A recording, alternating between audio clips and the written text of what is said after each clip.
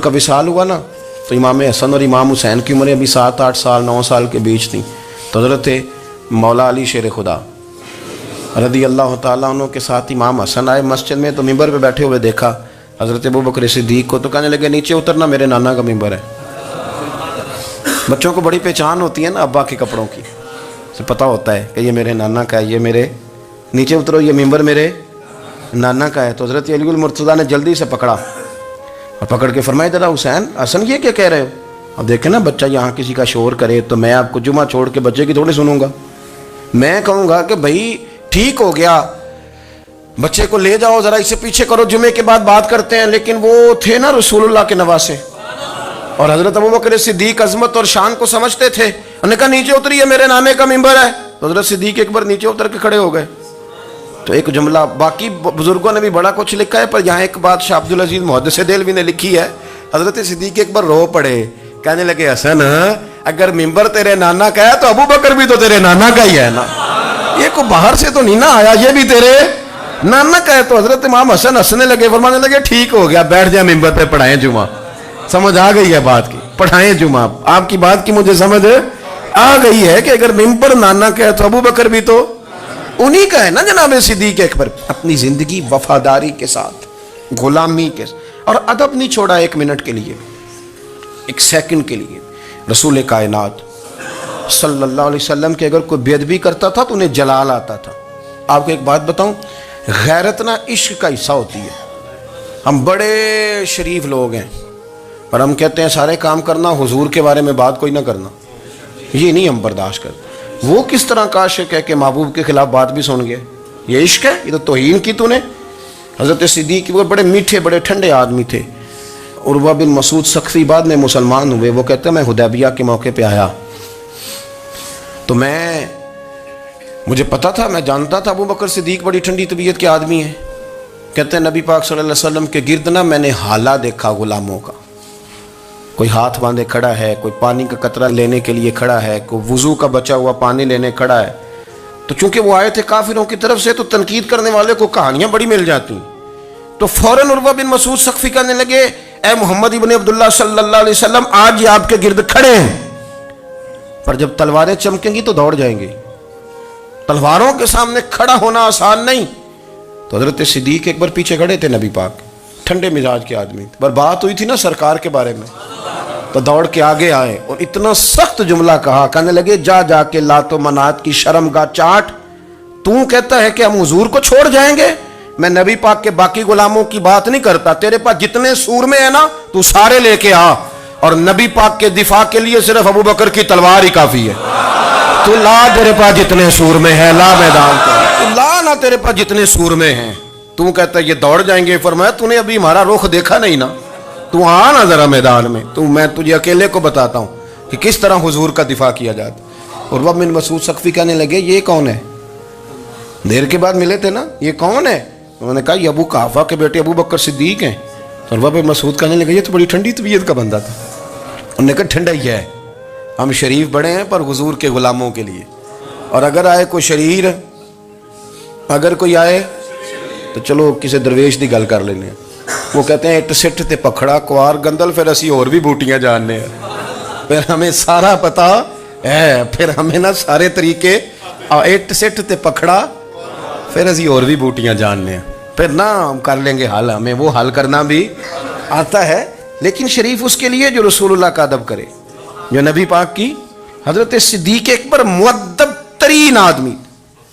کوئی بندہ اگر باہر سے آتا تھا نا حضور سے ملنے, تو اس کو پکڑ کے کونے میں لے جاتے تھے, کہتے تھے آپ پہلے میں تجھے ادب سکھاؤں کہ نبی پاک کی بارگاہ میں جانا کیسے.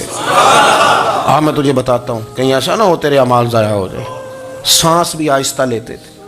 مسجد کی صفائی کرنا, ڈیوٹی کرنا, خدمت کرنا, سارا کچھ کرنا, پر بیٹھتے سب سے پیچھے ہو کے تھے, سب سے پیچھے ہو کے. یہ بھی ان کا یہ اعزاز تھا, پیچھے ہٹ کے بیٹھنا. کوئی ایسا کام نہ کرنا جس سے لوگوں کو پتہ چلے کہ نہیں نمبر میرا ہے. پیچھے ہٹ کے بیٹھنا, پیچھے پیچھے رہنا. اپنے وہ شہرت سے بچنے والا پیچھے پیچھے رہتا ہے اور جی چاہتا ہے ساری غزلیں اس ظالم کے نام کرے. کچھ لوگ ہوتے ہیں نا, وہ پیچھے پیچھے ہوتے ہیں, کہتے ہیں نہیں میں نہیں جی, ایسا تو ہے ہی کچھ نہیں. میرے رسول کریم علیہ السلام کا ادب کرنا. ہم نے نا ساری زندگی سنا ہے کہ الامر فوق الادب, کہ جب حکم آ جائے تو پھر حکم ماننا ہے، ادب. اور اس بات پہ ہمارے طالب علم بڑے پکے ہیں. مرید آج کل کے اس مسئلے میں بڑے کہتے ہیں صاحب نے خود کہا ہے کہ خیر صلاح ہے. انہوں نے خود کئی دفعہ کہا ہے جی تسی بڑے سیانے ہو، تانوں مطلب دی گل دی سمجھ جلدی لگتی ہے. انہوں نے خود کہا ہے کہ ٹائم ہو تو آیا کرو. یہ کب انہوں نے کہا ہے کہ مجبوری ہے روز ہی آنا؟ یہ انہوں نے کب کہا؟ ان کو بھی تو پتہ ہے نا مجبور ہے. تو آپ کو بھی تو پتہ ہے نا کہ ان کا آپ سے پیار ہے. آپ اس پر بھی تو تھوڑا غور کریں نا. لیکن ہم مرضی کا کوئی ایک آدھ فکرہ نا، مرضی کا. وہ ایک طالب علم یہاں سے گیا تو میرا دل نہیں تھا جائے، تو وہ کہنے لگا جی مجھے حضرت صاحب نے خود کہا ہے، حضرت صاحب نے خود کہا. میں پوچھ کے آیا ہوں. تو جو ہمارے کچھ سنگی تھے بیچ میں پیار والے، وہ کہنے لگے آندہ میں پوچھ کے آیا. میں کیا آندہ وہ بھی ٹھیک ہی ہے.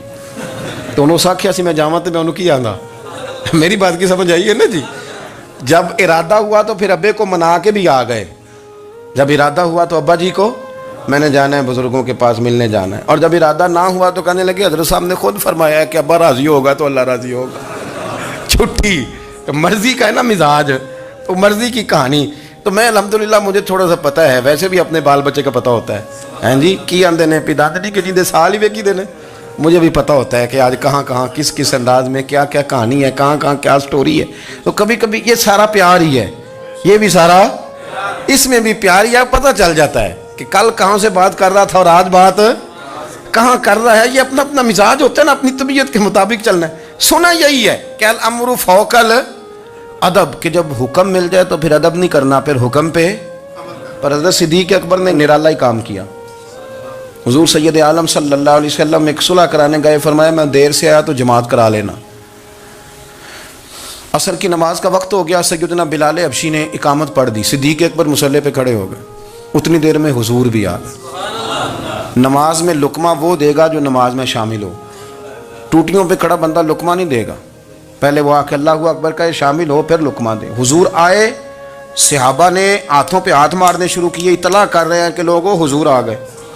سرکار اگلی صف کے قریب پہنچے تو جناب صدیق اکبر نماز پڑھا رہے تھے. نماز لوگ تو بغیر نماز کے ادب کرنے پر اعتراض کرتے ہیں. میں بخاری شریف کی حدیث پیش کر رہا ہوں، نماز پڑھا رہے تھے.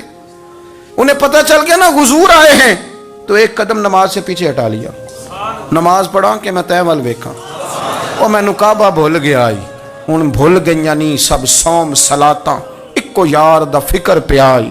حضرت صدیق اکبر نے ایک قدم پیچھے ہٹایا تو حضور نے فرمایا ابو بکر پڑھاؤ نماز. پھر دوسرا قدم پیچھے ہٹایا تو فرمایا پڑھاؤ نماز. تیسرا قدم پیچھے ہٹایا. ہم نے آج تک یہی سنا ہے کہ حکم ہو جائے تو حکم ماننا ہے، ادب. اور ہمارے ہاں یہی ہوتا ہے، پھر لوگ حکم ہی مانتے ہیں، پھر ان کو ادب بھول جاتا ہے. لیکن جناب صدیق اکبر 3 دفعہ حکم آیا پر پیچھے ہٹ گئے. حضور مصلی پہ گئے، نماز پڑھائی. نماز کے سلام کے بعد نا حدیث میں مختلف حکم آیا، استغفار پڑھو، اللہ اکبر کہو، آیت الکرسی پڑھو، 33 بار سے مختلف اذکار آئیں. پر حضور نے آج کوئی ذکر نہیں، کوئی وظیفہ نہیں. سلام پھیرتے کہ ابو بکر میں نے جو 3 دفعہ کہا تھا نماز پڑھاؤ تو پڑھائی کیوں نہیں؟ ایک دفعہ نہیں 3. کبھی کبھی ہم بھی ناراض نہیں ہو جاتے، تینوں 100 بار ہی آکھیا ہے، کہا 3 دفعہ جو کہا تھا نماز پڑھاؤ تو پھر پڑھائی.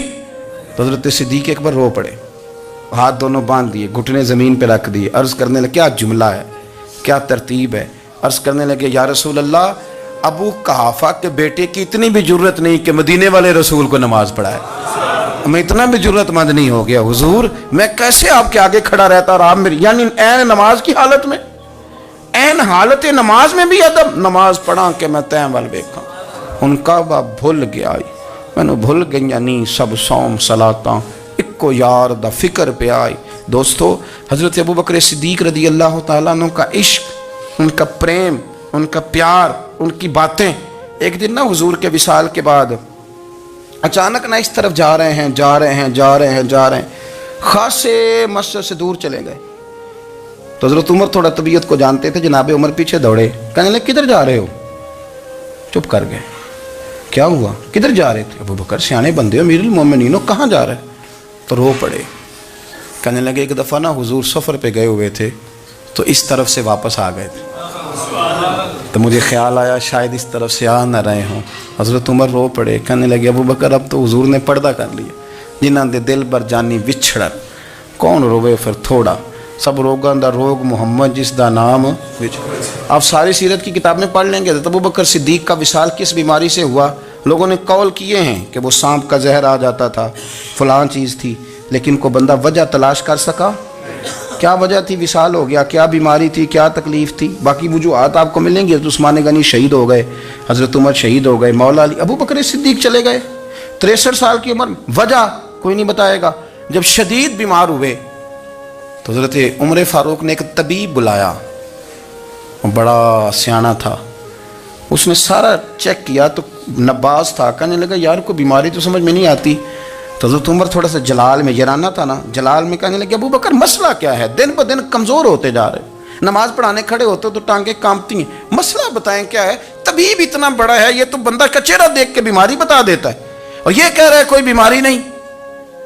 تو حضرت صدیق ایک بار خاموش ہیں. پھر حضرت عمر کہنے لگے ہم سارے آپ کی وجہ سے چلتے ہیں، لوگ سارے پریشان ہیں، آپ حضور کے جانشین بتاتے کیوں نہیں؟ جب تیسری دفعہ کہا تو حضرت صدیق ایک بار کہنے لگے عمر زیادہ باتیں نہ کر، تجھے پتہ نہیں مجھے کیا بیماری ہے؟ نہیں پتہ تو میں بتاؤں؟ نہیں پتہ تجھے، بول. تو جناب عمر رو پڑے. کہنے لگے ابو بکر مجھے پتہ ہے آپ کا دیدار کے بغیر کام نہیں چلتا. وقت نا لمبا ہو گیا، چر ہو گیا، میں ترلے لیندیاں کدی موڑ میرے ول واگا، خواب میری وچ ایک وار دیاں میں ساری عمر نہ جاگا. مجھے پتہ ہے آپ کے مرض کا، پر ابو بکر امت کو ضرورت بھی تو ہے نا.